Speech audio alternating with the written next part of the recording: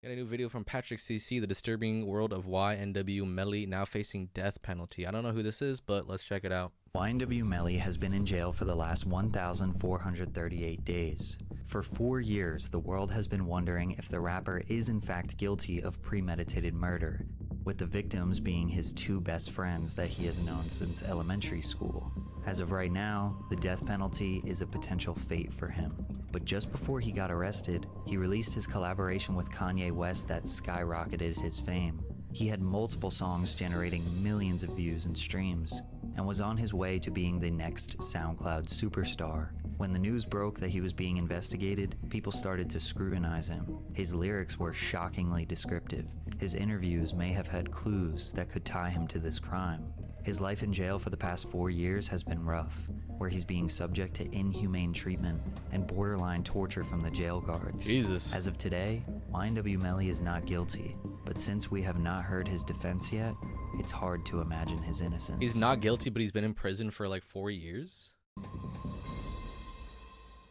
Jamel Demons, yes, that's his real name, was born to mother Jamie Demons King when she was just 14 years old. The teenager and her mother raised the boy at the Orangewood Park Apartments in Gifford, Florida. In kindergarten, Jamel met his first friend, Christopher Thomas, who we now know as YNW Juvie. So then when I walk in the kindergarten room, I see him, then he just started smiling and dancing, so it just made me happy. Now I want to be here. Since his mother was so young, they moved around to various projects up and down eastern Florida. He still doesn't know who his father is. Jamie says her son was a great kid, quiet, smiley, loved to sing and dance, but Melly admits he had a dark side to him. Oh boy. One that he discovered when he was just 9 years old. He had a little couch with a whole bunch of toys and shit under it, and like I seen a toy gun. I was just playing with that bitch, like pew pew. Then Melly discovers his uncle's real gun. When I rolled, I hit my head under the couch. When I hit my head under the couch, I stayed up for a little bit. I seen some shit shining. It was a 22 revolver, a real gun. I'm a kid though, so I just walked out. 9 years old? And I shot that bitch. Jesus. And I couldn't hear out my ear for like a week.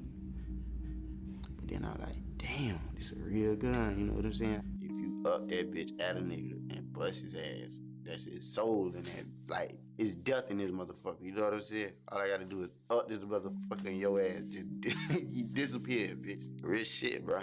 I like how them bitches look, for real. I'm in love with them bitches. Before Melly was 10 years old, he was infatuated with the power of having a weapon. In 7th grade, he brought a very large knife to school and threatened to unalive himself and another girl. It's pretty clear this young man was very deeply disturbed at a young age.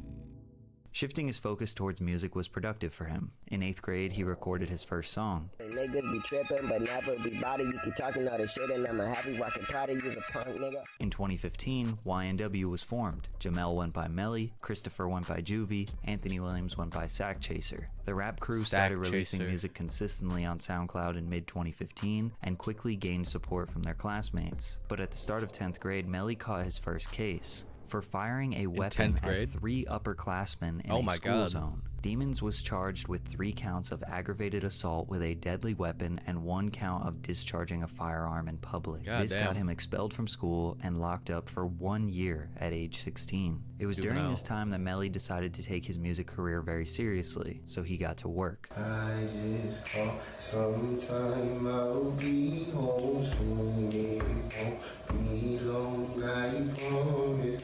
I will be okay. Clearly, Melly had That's not bad. He has a very unique, raspy yet deep cadence and naturally knows how to control his pitch. He spent his days behind bars writing love songs and murder ballads. Girl, you know I love it when I'm next to you. Riding through the 772. When he got released around October of 2016, he released his track 772 Love, which gained a lot of local support and some online buzz. He then previewed another track that he wrote behind bars that would end up changing his life. I ain't get to roll no weed. I ain't get to roll no switches. I was locked up on Christmas. I ain't get to see my niggas.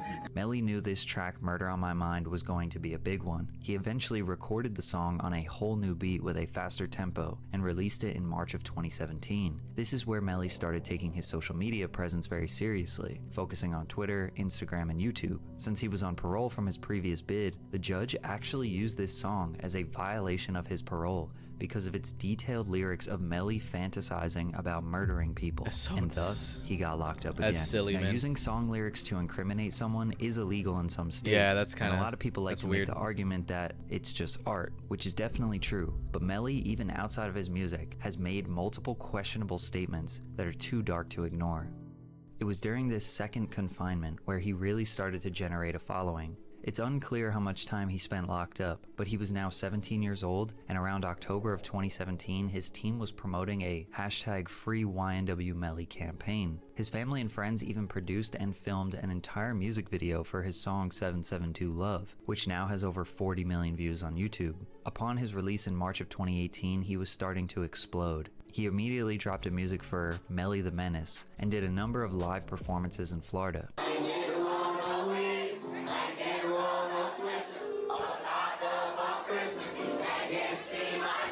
His fame was leveling up. He released Blue Balenciagas, which would go on to do 70 million views, released a track called Butter Pecan, and he was traveling around the country and enjoying his freedom. All the while, Murder on My Mind was generating millions of views, and rap fans around the world were catching on to the YNW Melly wave. In fact, a lot of artists like Young Thug, Lil Durk, T Grizzly, and Uzi were big fans of Melly before most other normal fans caught on. He was a lot of artists' favorite artist. Right after his 18th birthday, he got arrested again for possession of marijuana, possession of weapon or ammunition by a convicted felon, and drug paraphernalia. Cortland Henry, aka YNW Bortland, Melly's longtime friend, was also arrested for possession of a weapon or ammunition by a convicted felon. They both posted bonds and were released the following day. With Murder on My Mind exploding, it was time for him to record a music video, and it's too graphic for me to even show. But he visually depicts the aftermath of a crime scene where he shot a friend and the friend slowly dies in his arms. What the fuck? These lyrics have been psychoanalyzed, and even though he wrote this song many years ago,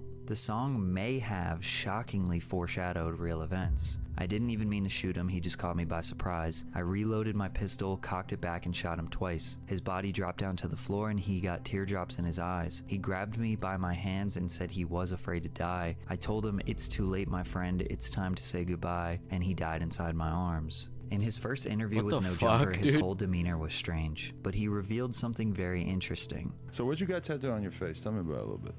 What? On my face? Yeah. We got the heart on this side. Heart. What's that say above your eyebrow on that side? Which side? Oh, either one. What's it?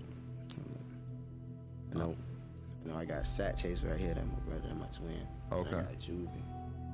Juvie? Yeah, my brother. Just a lot of your friends who passed? Yeah. Nah, them my niggas right there. Oh, okay. My brothers right there. My bad. I wouldn't get none of my friends tattooed on my face until they died. Yeah, nah. I'm not a good friend like you are, apparently. Nah, this shit for life. So Melly has his two best friends' name tattooed on his face. These types of tattoos are usually to commemorate lost ones, but in this case, they are alive and well for now. As Melly was finishing up his album We All Shine, one of Kanye West's writers, Sci-Hi the Prince, showed him Melly's music. Ye flew him out to LA to work on music, and when he got there, they had a pretty funny first meeting. I was eating a pickle in his refrigerator. When I turned around, all I heard was, "Who pickle them is?" Then I was like, "Oh shit, that's Kanye, what the fuck?" Then he was like, "Hell yeah, how long the pickles been in there?" I was like, "I don't know." I smashed that bitch. Then he came and he was like, "Nah, I'm not gonna touch those." So Melly, his manager, Fuck, that's a 100K weird Track, story. and Kanye are in the studio for 2 hours listening to music until he asks Melly to play some of his songs. And this is what happened. Then we play Mixed Personalities, and he goes crazy. He's like, "Bruh, this is me. This is Ye. This is Kanye. This is Yeezy. This is me." And he's like, I'm like, damn. So me and Melly looking at each other like, damn, he fuck with it. He like, "Bruh, I want to jump on this. This is me. This is Yeezy." He said, "I want to jump on this." But then after I told him no, he was like, "Damn, why?" I was like, "Because we about to drop it. We're in the process." He's like, "Bruh, whatever I got to do, I'll get it done, like to be on the record, like, because this is really me, like I'm feeling a connection to it." Kanye resonated with the Mixed Personalities track, most likely because of his struggles with bipolar disorder, which Melly also admits he has been diagnosed with bipolar disorder. They came together, filmed a music video with Cole Bennett, and it would ultimately get released. This is only the second SoundCloud artist that Ye collaborated with, before Donda. The other one was Lil Pump. So Melly just secured a ticket to superstardom with that feature. But just when things were looking great, a very, very dark day was around the corner. On October 26, 2018, YNW Bortland, whose real name is Cortland Henry, shows up to Memorial Miramar Hospital with 2 dead bodies in his car. The victims were both on the right side, front and back seat. They were the bodies of Anthony Williams, aka YNW Sack Chaser, and Christopher Thomas, aka YNW Juvie, Melly's 2 childhood friends. The vehicle had 8 shots on the right side and 1 through the back window. God the damn. police asked what happened, and Bortland said they were victims of a drive-by shooting. He said he left the New Era recording studio in Fort Lauderdale, drove west on 595, then south on 75, and exited on Miramar Parkway heading west. He said on Southwest 160th, a vehicle passed by on his right side and started shooting. He ducked down to avoid being shot, and when he sat up, he saw his friends bleeding out, so he drove to the hospital, which was conveniently right around the corner. After this report, the detectives and officers shut down the crime scene and walked 12 blocks on foot. Not a single report of gunshots, nor evidence of a shooting was found. Bortland was tested for gunshot residue on his hands, but came back negative. The roommate, Dontavius Withers, of Sack Chaser and Juvie, was questioned by the police since he lived at their last known address. He said there were 2 cars when they left the studio, a gray Jeep, which is where the murder took place in, and a red Mitsubishi, which Withers said that he and Melly were in. He said he went straight home and found out later that his roommates were dead and didn't know where Melly was. But it was later proven that Withers lied about the situation. Before police showed up, he was with Melly at Fredo Bang's house. Withers changed his story and said that Melly was in the Jeep when they left the studio, but then got into the Mitsubishi around Sheridan Ave when Withers Snapchatted him to pick him up. Police obtained security footage from the manager of the recording studio which proved Melly left in the gray Jeep. He got into the back left seat. Remember, victims were in the front right and back right seats. Cell phone records show that Withers went straight home without stopping, so Melly never entered the Mitsubishi. When police investigated the Jeep, they found one .40 caliber shell casing on the floorboards where Melly was sitting. It was inside a white plastic bag. If this was a drive-by, there would not be shell casings inside of the car. This supports evidence that shots occurred from inside of the car. Well, that's okay. Police were able to obtain T-Mobile cell phone records that track their locations minute by minute. These records show that Melly, Bortland, Sack, and Juvie were all in the car together at the time of the murder. They did confirm that the Jeep exited on Miramar Parkway, but turned north on Southwest 184th and then west on Pines Boulevard at 353, and then turned back east at 406. This is enough time to make it all the way to the outskirts of the city where nothing is around, and back. The cell phone records also show that they were driving around the area west of I-75 before arriving to the hospital at 4:35. Melly's cell phone was separated from the car at 4:32, just 3 minutes before the Jeep arrived. Dude, it's kind of crazy how much shit that police can track. Like, it's so hard to get away with shit nowadays, because like it's so easy to track everything. There's cameras everywhere. It's to the hospital. This Jesus, is where people man, are this is assuming insane. that Melly and Bortland were trying to get their story straight, driving around the city, and then ultimately Melly hopped out before Bortland took them to the hospital. Melly then FaceTimed his girlfriend saying that they were a victim of a drive-by and he needed to be picked up, which confirms that he was at the scene of the crime. So police knew that there were a lot of conflicting statements from witnesses, and even some straight-up lies. They needed to conduct this investigation immediately. The next day when the news broke, YNW Melly took to Instagram and Facebook to grieve publicly, claiming that they took my brothers from me over jealousy. Melly proceeded with his career as usual. Facebook. He released a documentary on his YouTube channel on December 4th, which featured Sack Chaser and Juvie, and a little bit about how close they were growing up. It also featured a section about how obsessed with guns Melly was. At the end of the documentary, it stated that 4 days after the completion of this film, YNW Melly and his friends were a target of a drive-by shooting. Then the Genius video dropped of Melly explaining the lyrics to his hit song Murder on My Mind, where he describes his love for guns and says he isn't a human murderer. A murderer. I murdered a vagina and I murdered a bee. I am not no human murderer.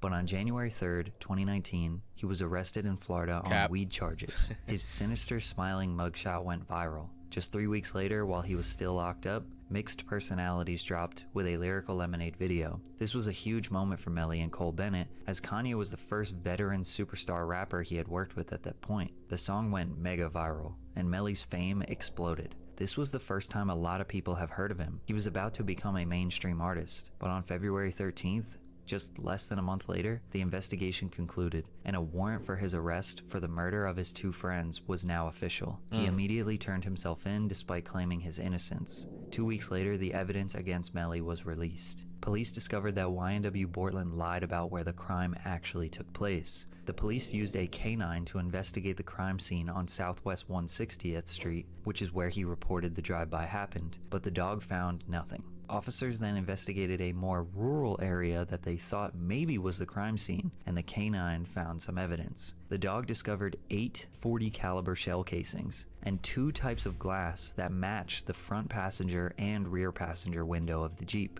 So now they know the crime scene is not even close to where it was reported. This prompted them to investigate the vehicle again, and they decided to do a trajectory analysis using rods and strings to determine flight paths of projectiles. And they confirmed that there is no way this could have been a drive-by shooting based on the bullet paths and the wounds suffered by the victims. The police suspect that they parked the vehicle and staged a drive-by shooting before showing up to the hospital. When autopsy reports came back regarding the victims' wounds, the evidence shows the initial lethal shot occurred from inside the vehicle and was initiated from the left rear passenger side, the same position occupied by Demons, which is Melly. An intermediate wound by definition would indicate a distance of 3 inches to 3 feet between the victim and the weapon. However, due to a 3 centimeter stippling pattern, the weapon was in a close proximity to Thomas's head. This would be a straight up execution style shot. The gunshot wounds to the back of Thomas also indicates these wounds were inflicted after he was shot in the head, as the projectiles entered Thomas's back when he was leaning to the left. Evidence from the autopsy revealed that both victims' wound paths to their heads were from a left to right direction. This direction contradicts the statements made by Henry and does not support the statements of a drive-by shooting that occurred on the right side of the vehicle. Basically, they think Melly shot both of his friends point blank. Then they drove around trying to come up with a story, then staged a drive-by to make it look more convincing. And obviously the police have garnered a lot of evidence to support that. Because of Melly's music about guns, murder, and admitting to having another personality, Melvin, who is reckless, unpredictable, and willing to kill, he hasn't exactly made himself seem like the most innocent man in the world. Most of his fans claim that this is just art. It's too common for rappers to make songs that glorify violence, gang activity, and all kinds of heinous crimes. This is all just for entertainment, and Melly is actually a good person. And when it comes to the music, it's hard to accuse someone of crimes based on that, but I think we can all agree some of his interviews and candid remarks about his alter ego Melvin make him look very suspicious. Plus, surely someone wouldn't kill their best friends, right? Well, there's absolutely nothing that indicates Melly had any beef or bad blood with what Juvie, the fuck, man? who he has known since kindergarten. However, with Sack Chaser, there is some suspicion. A video surfaced on the internet of Melly's mother saying this: "Don't ever try to come for me, because I don't even play them type of games." Threatened her with a little gun. What the fuck you got that I ain't got? Oh, you threatened me with your little gun? Bitch, I got big guns. So she said Sack Chaser threatened her with a gun and also said that she has bigger guns. She was also in one of Melly's videos holding a Draco. So we can indicate from these that she might be into a more dangerous lifestyle than most mothers. Or maybe she was just being emotional on camera. Either way, she may have just gave the judge a reason to believe that there was a beef between Melly's mom and Sack Chaser, and that Melly would most likely defend his mother. Other than that, there isn't any strong intent for him to kill his friends, which is very important, that's only because one they're friend trying to accuse him of premeditated murder. There are tons of rumors with very little or no evidence at all. Rumors that Sack Chaser was supposed to get $200,000 when Melly signed and he didn't want to pay him. Rumors that Sack Chaser got into a fight with Melly one time and knocked him out. Even rumors that Melly and Sack Chaser were in an intimate relationship and there was jealousy. There's an alleged video of Melly admitting to the murder, but it was just him singing Kevin Gates lyrics. There's a message he sent to a random Instagram account the night of the murder that says, "I did that," but with no context provided. But again, all rumors and very low evidence. It seems like the prosecutors have an extremely weak case. There is no confirmed murder weapon, and there is no intent. So to charge someone for first-degree premeditated murder and seeking the death penalty, they need a very strong case. Also, keep in mind we have no idea what Melly's defense is going to be. 4 years later, and we still have only heard one side of the story. And since Melly has been locked up, his life has been rough. He pled not guilty in March of 2019. The next month, they announced that they were seeking the death penalty.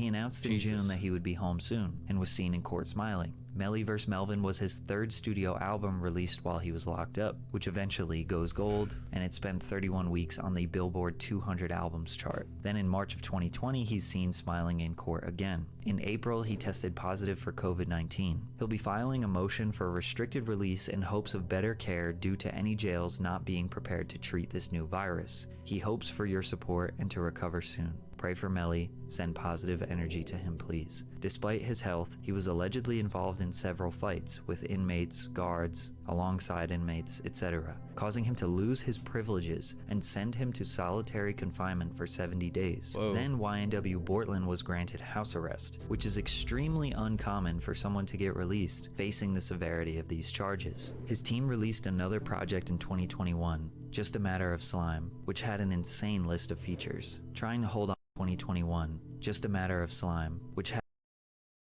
Vert, Young Gunna, Kodak Black, Lil Baby, Lil Durk, Queen, Young Thug, Lil J, Future. Yeah. had an insane list of features, trying to hold on to the audience that is still there to support him. His physical condition got worse when it was reported that he had an abscess in his lower jaw, which is a bad chronic infection because of his diamond implants. He was denied dentist visits, a regular toothbrush or floss because they can be used as weapons. People suspected that the jail are trying to torture and break him down while he awaits this trial. In March of 2022, he filed for a speedy trial and was granted it. We thought we were going to get the answers, then it was pushed back a month, then another, and ultimately postponed indefinitely in May of 2022 after his own defense decided to rescind their speedy trial notion. There was another report that an inmate snitched on him and said he had shanks and pipe bombs in his cell, and he was trying to escape. But when they investigated, there was nothing. However, they did find weapons in someone else's cell close to him, so they were trying to pin it on Melly. At the end of 2022, he had made multiple long posts on his Instagram begging for help, citing specific officers that are abusing their powers, mistreating him, revoking his phone access, only letting him out of his cell for 1 hour a day, watching his every move, threatening to beat him up, and making sure his family never hears from him, cutting off all his communication with others, and straight up torturing him. These Instagram posts let us know the type of inhumane treatment that YNW Melly is facing right now. Joe Biden. Now, reminder, he has not been found guilty of anything, so this treatment is definitely excessive. Going into 2023, we still do not have a trial date. I mean, it's just 4 inhumane years, if it's Melly if has it's been actually behind happening. bars, waiting to know his fate. The prosecutors have 600 pages of DNA, ballistic evidence, witnesses lying, Melly's own suspicious statements on social media, but they don't have a murder weapon, they don't have intent, and apparently they don't have anyone willing to testify against murder him. weapon. If Melly did this, it would be considered one of the most heinous crimes in rap history, but we don't know what his defense will be. So as of right now, he is innocent.